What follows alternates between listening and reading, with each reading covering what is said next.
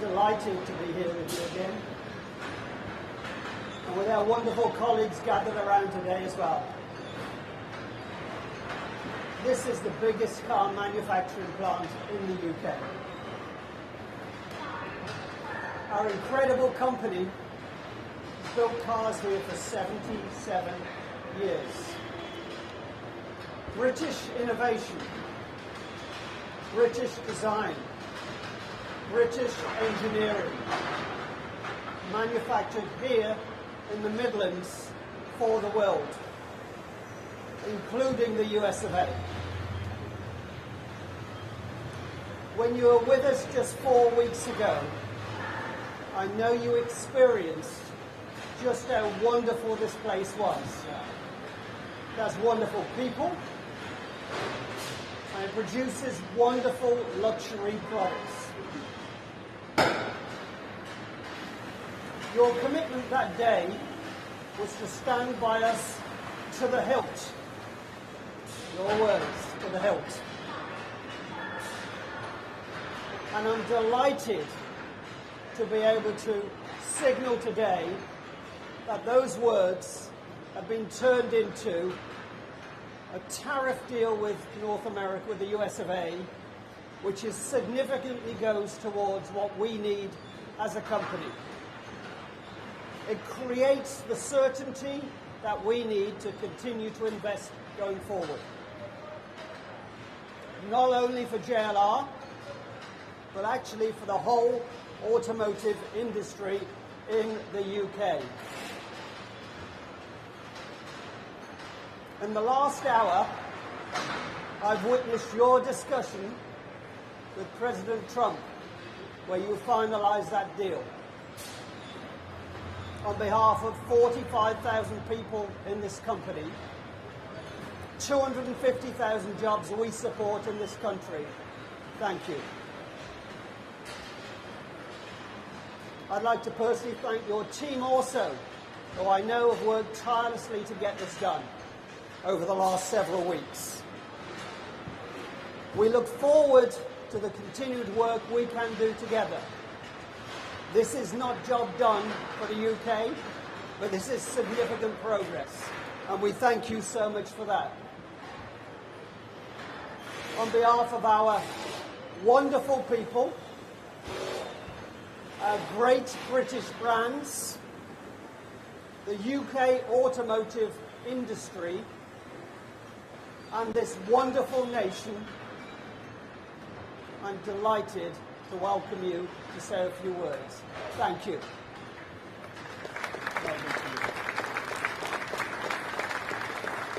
Thank you, Adrian, and thank you to all of you. It was fantastic to be with you what was just a few weeks ago, and really fantastic to come back. Just a few moments ago, I spoke to President Trump, the President of the United States, and I'm really pleased to announce to you, and I wanted to come to you to announce it, that we've agreed the basis of a historic economic prosperity deal.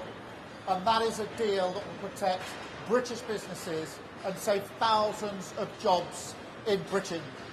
Really important, skilled, well-paid jobs. It will remove tariffs on British steel and aluminium, reducing them to zero. It will provide vital assurances for our life sciences sector, so important to our economy, and grant unprecedented market access for British farmers without compromising our high standards. And for the great British cars that you make here, that we see all around us, this deal means that the US tariffs will now be cut from 27.5% down to 10% for 100,000 vehicles every year. That's a huge and important reduction. And I know from when I was last here how much that will have been weighing on your minds when you knew the size of the tariff that would otherwise be in place. And to get that decrease was hugely important to me. And I can tell you, my teams were working really hard on this deal, night and day for weeks. I was working with them. And in politics, what matters sometimes is who you have in your mind's eye. when you're making these deals? Who do you have in your mind's eye when you're taking decisions? And what I took away from here last time was you and the brilliant work that you do, and had you in my mind's eye as we did that. And we've got scope now to increase that quota as we go forward. So this is not fixed. This is where we've got to. And all of these tariff cuts will come into place as soon as possible. And that's really important as well in relation to the work that you're doing and the brilliant cars that you make. And as Adrian has said, I was here with you just, as I say, a few weeks ago, and I promised you that I would deliver in the national interest. And today I'm really pleased to come back here to be able to look you in the eye and to say I've delivered on the promise I made to you. And that's why as soon as I knew this deal was coming in today, I said I want to come back to JLR to talk to the workforce there for whom this means so much. Now, of course, we are the first country to secure such a deal with the United States. And in an era of global insecurity and instability, that is so important. The great challenge of our age is to secure and to renew Britain. And that is what we're going to do. Acting in the national interest, shaping this new era, not being shaped by it. If it's not good for Britain, we won't do it. If it doesn't mean more money in people's pockets, we won't do it. If it doesn't mean security and renewal in every part of the country, we won't do it. But that doesn't mean we're turning inward. Instead, we're sending a message to the world that Britain is open for business, seeking trade agreements with India on Tuesday, with the US today, and working to boost trade with other partners too, including, of course, the EU, with whom we have a really important meeting just a week on Monday, making deals that will benefit working people. And you know, in recent years, an idea has taken hold that you somehow show your strength by rejecting your allies, that you shut the door, put the phone down, storm off. I've had plenty of people urging me to do that, rather than stay in the room and fight for the interests of our country. And I want to be absolutely crystal clear, that is not how this government operates. It's never how we will operate. We don't storm off, we stay in the room and we negotiate and we work for our country with the national interest at the foremost of our mind. Because the other way of working doesn't deliver the benefits that working people need. So I also want to be clear, this is just the start. With the deal we've done today, we can say jobs saved, jobs won, not job done, because we're more ambitious for what the UK and the US can do together. So we're hammering out further details to reduce barriers to trade with the United States across the board. We have £1.5 trillion invested in each other's economies, creating 2.5 million jobs across both countries. And there are so many areas where I think we can do even more than that and put pounds in the pockets of working people across the United Kingdom. As the two biggest services exporters in the world, we will bring down barriers, creating jobs in our thriving sectors in Leeds, in Manchester, London, Birmingham.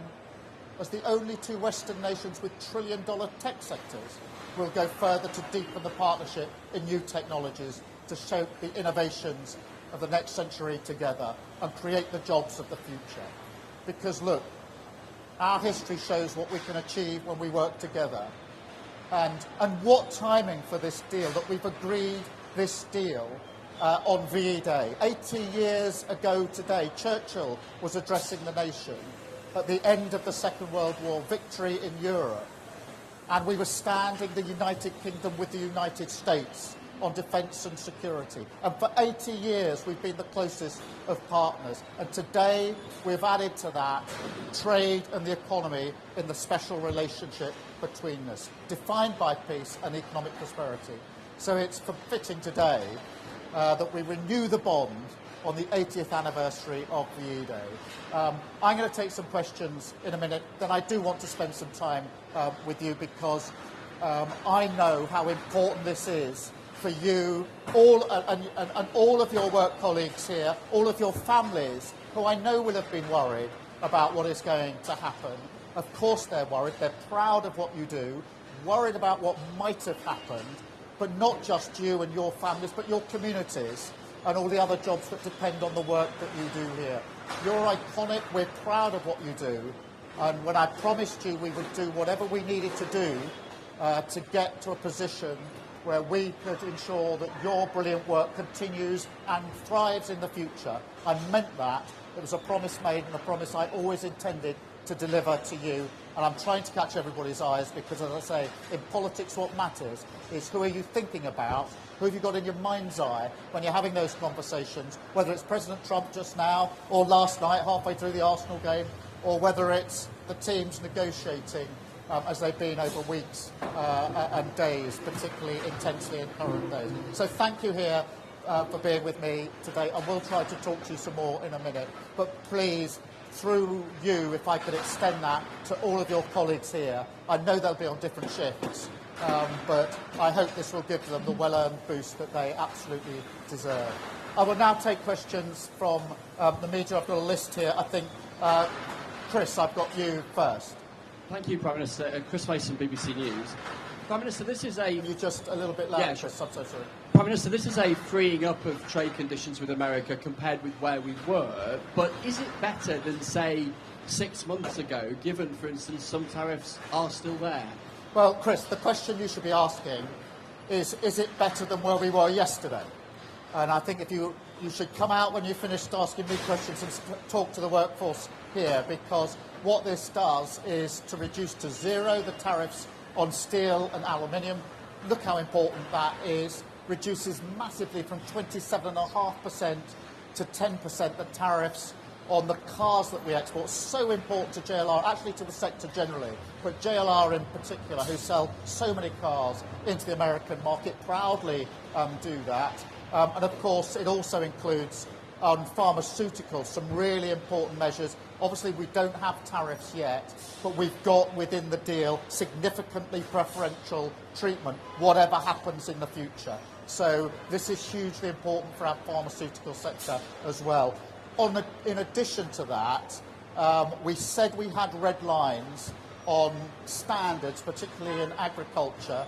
We've kept to those standards. The SPS red line is a red line that's written into the agreement. And so I think if you put that package together, you can see that it's a significant step in the right direction for our country and our national interest, and for the very many thousands of jobs that will now be protected, saved and enhanced by the fact that we've done this deal. And I'm really proud we have. And I know people along the way were urging me to walk away, to descend in a different kind of relationship.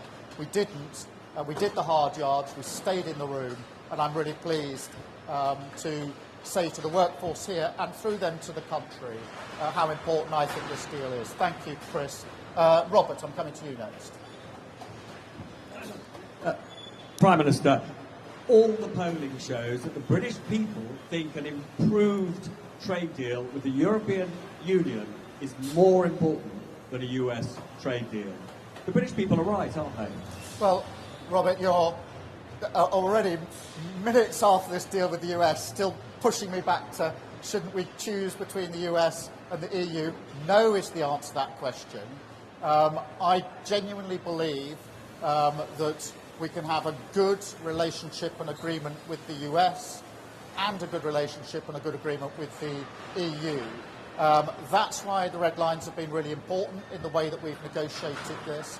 But look what we've shown this week, that through patience, through pragmatism, through not doing politics as performance, but doing politics as the serious art of negotiation. We got a deal 48 hours ago in India, which of course also deals with car manufacturing, by the way, so there's discussion to be had there. We've got the deal now with the US. We go on Monday week to the EU-UK summit, but I've always said that the strength of the UK is being able to deal both with the US and the EU on security and defence and on trade and the economy, and that's the basis on which we've moved forward. And I think the workforce here would say to you in very loud terms, thank goodness you didn't take the advice of others to walk away from the negotiations with the US, because it would be they that would pay the price if we had done that, and I wasn't prepared to let that happen. Thank you, Robert. Beth, Sky News. Thank you, Prime Minister Beth Ridley, Sky News.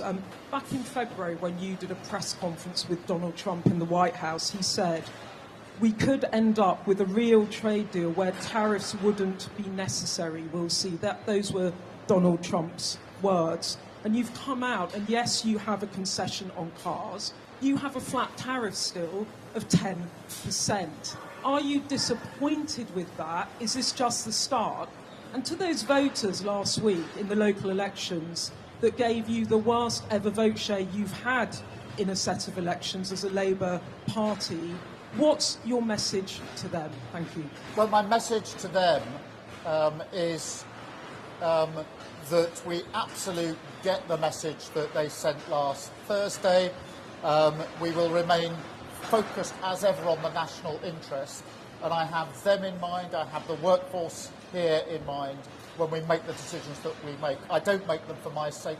I make them on behalf of working people across this country. And in relation to this deal, yes, we would like to go further in relation to tariffs, but I think it's really important that we've been able to get this deal over the line now, because in that way we've been able to protect and save and enhance jobs right here, right now. And that reduction from 27.5% down to 10% makes a huge difference to firms like JLR and the decisions they have to make about the future, decisions that I want them to make about the future. Steel and aluminium obviously been in the news hugely in recent weeks. To get that down to 0% as well is hugely important. Pharmaceuticals is one of the most important sectors in our economy, and therefore there's nothing to get down at the moment because there isn't a tariff, but if there should be, to already have got into a position of significantly preferential outcomes will, I know, be a welcome relief to them. So I measure this by the reactions of those that are most affected by the tariffs, which is the workforce here, it's those in pharmaceuticals, those that are working in steel and aluminium. But look, there's a huge ambition here. There's a lot in the deal about tech. We are two of the leading economies on tech. There's a huge amount we can do on tech as well. So we want to go further. We want to go further in those areas and on tariffs, keeping our red lines absolutely in place on SBS and on food standards and agricultural standards, because that matters so much to us here in Britain. Thank you, Beth. Paul. Hi there, Paul McRae, Channel 4 News. Afternoon, Prime Minister. Look, business needs certainty. President Trump is no stranger to changing his mind on a whim. What assurances can you give business, give the workers here, that despite what you've agreed today, we're not all going to wake up to a post tomorrow that effectively rips all that up? Well, we've been negotiating this text for a long time. I had discussions with Donald Trump along the way, including discussions last night. We're clearly in agreement. There is a written text. This is reduced to writing. That text will be available. So this is an agreement that is absolutely clear. We've worked well together. We respect each other, the President and I, and we trust each other and have trusted each other through this process. Each of us mandating our negotiating teams to get the best deal for our respective countries. Both teams have fought hard in tough negotiations, and we've arrived at an agreement that I went through with the President last night, and we've just agreed moments ago here at JLR. So clear agreement in terms, and these tariff reductions to come in very short order make a material difference to the lives of very many people across the country. Thank you very much. I've got Noah. Noah from The Sun. Hi, Prime Minister. I was wondering if you could please spell out for us what your strategy is going to be to get those 10% tariffs down to 0%. I know you're talking a lot about today being jobs saved, not a job done, but a lot of people will be thinking 10% still isn't good enough. We're worse off than a year ago. How are you going to approach negotiations going forward, and how long will it take till we get to 0%? I will approach the negotiations in the same way I've approached the negotiations with India and with President Trump to get to today's deal. With India, I met Prime Minister Modi at the G20 in Brazil. We agreed that we would get our teams to work together at pace in a courteous, respectful, business-like way. With President Trump, we've operated in the same way, not walking out the room, not slamming doors, but staying in the room negotiating. The same with the EU, respectfully negotiating in relation to the summit that we'll have a week on Monday. So we'll do it in exactly the same way. But please do not underestimate the significance of the tariff reductions today, because these are measured in thousands of good, well-paid jobs across the country. And that really matters. That's at the heart of everything that I believe in. And I believe that serious, pragmatic, in-the-room negotiations acting in the national interest are far better than performative politics, people slamming the door, floundering out, being performative but not actually delivering for working people. And I'll continue in the same vein. We've had 2 trade deals this week by acting in that way, and I think that shows that serious pragmatism defeats performative politics any day of the week. Thank you. Mikey from the Mirror. You mentioned tech a couple of times. JD Vance has on a number of occasions said that one of his red lines is concessions on our anti-hate speech laws. How have you managed... what, sorry? Anti-hate speech laws.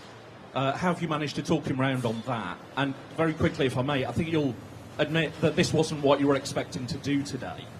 Donald Trump has been struggling to land his arguments on tariffs. Have we been bounced into this by a president that needs help out of the hole? Well, look, I mean, in terms of free speech, I've been really clear throughout. We've had free speech in this country for a very, very long time. It's one of our foundational principles on which we're all very, very proud, and that will long, long be the case. There's nothing in this deal that impinges on that in any way whatsoever. In relation to the timing of this, no, not at all. Our teams have been hard at work for weeks on end. I've wanted to get a deal over the line. I make no, I'm not ashamed of that. I want it because I knew how important it was, particularly for JLR, that we got a deal, that we got it over the line, and we got it over the line in a timely manner. The last thing I wanted to do was deliver a deal that didn't come in time for those that desperately need it. So, no, I didn't know the exact day. I wouldn't have been having my phone call with President Trump halfway through the second half of the Arsenal-PSG game had I planned it better. But that's the way it turned out. That's the discussion we were having late last night about how we proceeded with this deal. And I'm really pleased to be able to come here today. And actually, to be able to do it on VE Day is really significant because, of course, the US was standing there as our ally 80 years ago today. So today is an opportunity to reflect on the fact that today we stand together as allies on security and defence. Of course, there are no 2 countries that are closer on security and defence, but now we add trade and economy to those issues where we're the closest of allies, and I'm really pleased about that. And then Hugo. Thank you, Prime Minister. Hugo Jai from the iPaper. Just the other day, President Trump threatened to put tariffs on the film industry. Obviously, Britain has a huge film sector. Have you asked him to take that threat off the table? What did he say? And if he hasn't taken that off the table, how are you going to stop that becoming a reality? Well, obviously there aren't any tariffs in place on film at the moment. And of course we're discussing it with the President's team. We'll take the same approach as we've taken on other issues, whether it's tariffs imposed, which we've been able to reduce, or potential tariffs in areas like pharmaceuticals or film. We'll take the same approach because for me what matters is acting in the national interest and making sure that everything that we do is good for working people in this country. And whether it's steel and aluminium, whether it's car building, whether it's pharmaceuticals or film, we are brilliant at these things. And therefore I will act in the national interest and have those discussions on film as we've done on other issues with the President. Thank you all very much indeed. Thank you.